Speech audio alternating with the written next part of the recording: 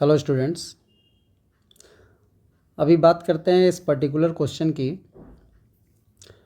Question में लिखा हुआ है the complete range of value of A. ये एक इक्वेशन दिया हुआ है, फिर आगे लिखा है satisfied for maximum number of values of x. Question का मतलब समझते हैं सिंपल लैंग्वेज में। पहले यहाँ पर क्वेश्चन में हमें एक इक्वेशन दिया हुआ है 1/2 mod X is equal to X square minus A. Question में हमसे ए की वैल्यू फाइंड करने के लिए कह रहा है, जिससे हमको इसके maximum number of solutions find हो। नंबर ऑफ सॉल्यूशन की बात करें तो जनरली ग्राफिकल अप्रोच एक होता है, हम लोग थोड़ी सी उस पर बात कर लेते हैं, फिर क्वेश्चन पे आते हैं। F X is equal to G X अगर अपने पास एक इक्वेशन है और हमसे अगर फाइंड करने को बोले कि नंबर ऑफ सॉल्यूशन फाइंड करो, तो अपन यहाँ पर एक मेथड यूज़ कर सकते हैं ग्राफिकल, जिसको हम लोग पढ़ते भी हैं। हम यहाँ पर y is equal to F X का ग्राफ बनाते हैं और सेम प्लेन पर y is equal to G X का ग्राफ बनाते हैं, और ये दोनों ग्राफ का जो इंटरसेक्शन पॉइंट होता है, नंबर ऑफ इंटरसेक्शन पॉइंट, यही हमारा होता है नंबर ऑफ सॉल्यूशन। ठीक है, अभी जो क्वेश्चन पे आते हैं, क्वेश्चन में क्या कह रहा है? क्वेश्चन में कह रहा है कि अपने पास 1/2 mod X is equal to X square minus ए।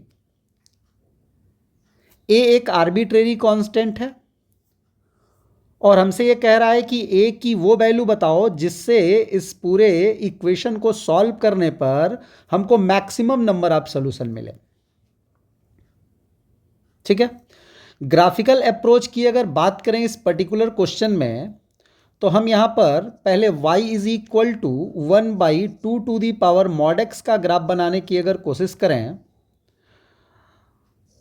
तो directly if I am correct,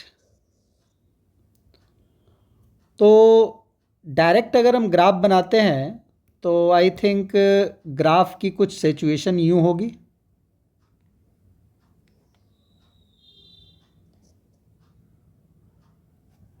ठीक है,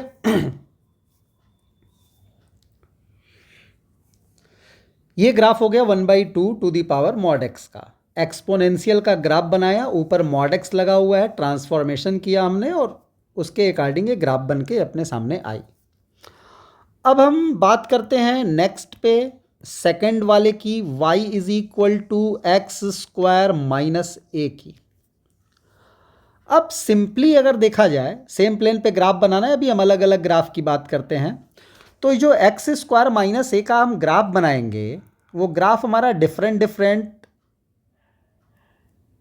ए की वैल्यू के लिए डिफरेंट होगा। जैसे अगर हम केवल एक्स स्क्वायर की बात करें तो ये हमारा एक्स स्क्वायर का ग्राफ होगा, ये एक्स स्क्वायर का ग्राफ होगा। ऐसे ही यहां पर ए की वैल्यू जैसे ही हम प्लस माइनस करेंगे, हमारा ग्राफ नीचे की तरफ शिफ्ट हो सकता है, जो कि ए की वैल्यू पे डिपेंड करेगा। ऊपर की तरफ शिफ्ट हो सकता है, और भी ऊपर शिफ्ट हो सकता है, और भी ऊपर शिफ्ट हो सकता है, और भी नीचे शिफ्ट हो सकता है। ये सारी चीज़ें डिपेंड करेंगी कि ए की वैल्यू क्या है।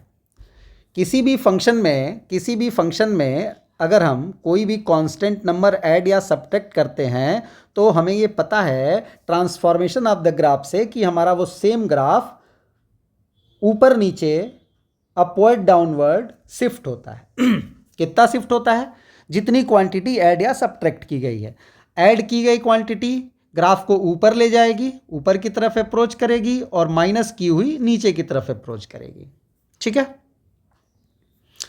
अब क्वेश्चन में अगर हम नंबर ऑफ सॉल्यूशन की बात करें, तो हम इन सारे ग्राफ्स को अगर ध्यान से थोड़ा सा देखें, तो हमें ये दिख रहा है कि इस ग्राफ को ध्यान से देखो जरा, ये वाला जो ग्राफ है जो हम दोबारा कॉपी कर रहे हैं, और ये वाला या इसके ऊपर जितने भी इस तरीके से ग्राफ्स बनेंगे, ठीक है, इन सभी में इस पर्टिकुलर ग्राफ की अगर बात करें तो ये दोनों ग्राफ, जो ये हमारा एक इक्वेशन था, हम इसको थोड़ी देर के लिए 2 मान लेते हैं, ऊपर हमने चूंकि 1 लिख करके एक इंडिकेट किया हुआ है, और इसको हम लोग 3 मान लेते हैं।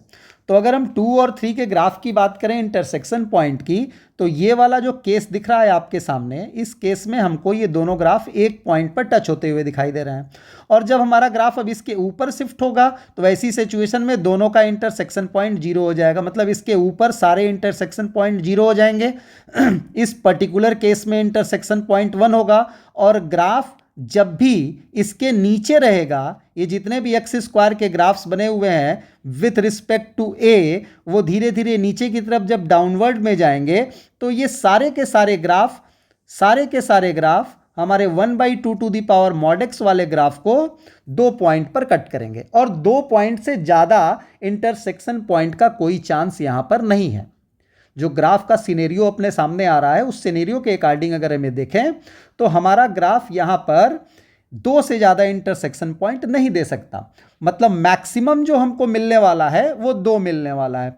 अब ये 2 कितनी वैल्यूज के लिए मिलेगा, ठीक है, हमसे ए की वैल्यू की रेंज पूछ रहा है कि ए की क्या वैल्यू रखें कि हमारा ये ग्राफ 2 सॉल्यूशन दे। तो अब ए की जो वैल्यू होगी, चूंकि यहाँ पर इस फंक्शन में एक्स स्क्वायर प्लस माइनस ए से अगर इंडिकेट करें, एक्स स्क्वायर में माइनस ए ऐड किया गया, माइनस ए ऐड किया गया, मतलब अगर हमारा माइनस ए पॉजिटिव क्वांटिटी होगी तो ग्राफ ऊपर जाएगा, और निगेटिव क्वांटिटी होगी तो ग्राफ नीचे जाएगा, ठीक है। याद रखना माइनस ए है इसलिए हम बोल रहे हैं, ए अगर निगेटिव होगा तो माइनस ए पॉजिटिव हो जाएगा, ग्राफ ऊपर जाएगा, ए अगर पॉजिटिव होगा तो माइनस ए निगेटिव हो जाएगा, ग्राफ नीचे जाएगा। नीचे तो हमारा ग्राफ माइनस इन्फिनिटी तक जा सकता है, लेकिन ऊपर ये जो पॉइंट है ये पॉइंट 0, 1 है, हमें पता है एक्सपोनेंशियल फंक्शन का ग्राफ से इसका इंटरसेक्शन पॉइंट 0 और 1 होगा। तो हमारा ग्राफ ऊपर की तरफ जो जाएगा वो अगर 1 पर पहुंच गया, 0, 1 पर अगर पहुंच गया एक्स स्क्वायर माइनस ए वाला ग्राफ, तो इंटरसेक्शन पॉइंट 1 हो जाएगा और उसके ऊपर जाने पे 0 हो जाएगा। यानी हमारे ग्राफ को इस 0, 1 पॉइंट से नीचे रहना पड़ेगा। अब 0, 1 पॉइंट से नीचे रहने का मतलब कि हम अपने ग्राफ को 1 यूनिट ही ऊपर उठा सकते हैं मैक्सिमम फॉर 1 इंटरसेक्शन पॉइंट, और अगर हमको 1 इंटरसेक्शन पॉइंट से ज़्यादा इंटरसेक्शन पॉइंट चाहिए तो हमको ए की जो वैल्यू है, जो माइनस ए की वैल्यू है, उस माइनस ए की वैल्यू को हमें क्या करना पड़ेगा, 1 से छोटा रखना पड़ेगा, ठीक है। 1 से छोटा रखना पड़ेगा, मतलब ए की वैल्यू हमारी क्या हो जाएगी, ग्रेटर देन -1 हो जाएगी, और ए की वैल्यू ग्रेटर देन माइनस होने का मतलब कि ए की वैल्यू बिलोंग कर जाएगी -1 टू इन्फिनिटी। अगर ए की वैल्यू -1 टू इन्फिनिटी होगी तो ये सारे नीचे वाले ग्राफ्स जो दिख रहे हैं, ये सारे नीचे वाले ग्राफ्स बनेंगे और इंटरसेक्शन पॉइंट हमको 2 मिलता रहेगा। बात क्लियर हो गई होगी। Thank you.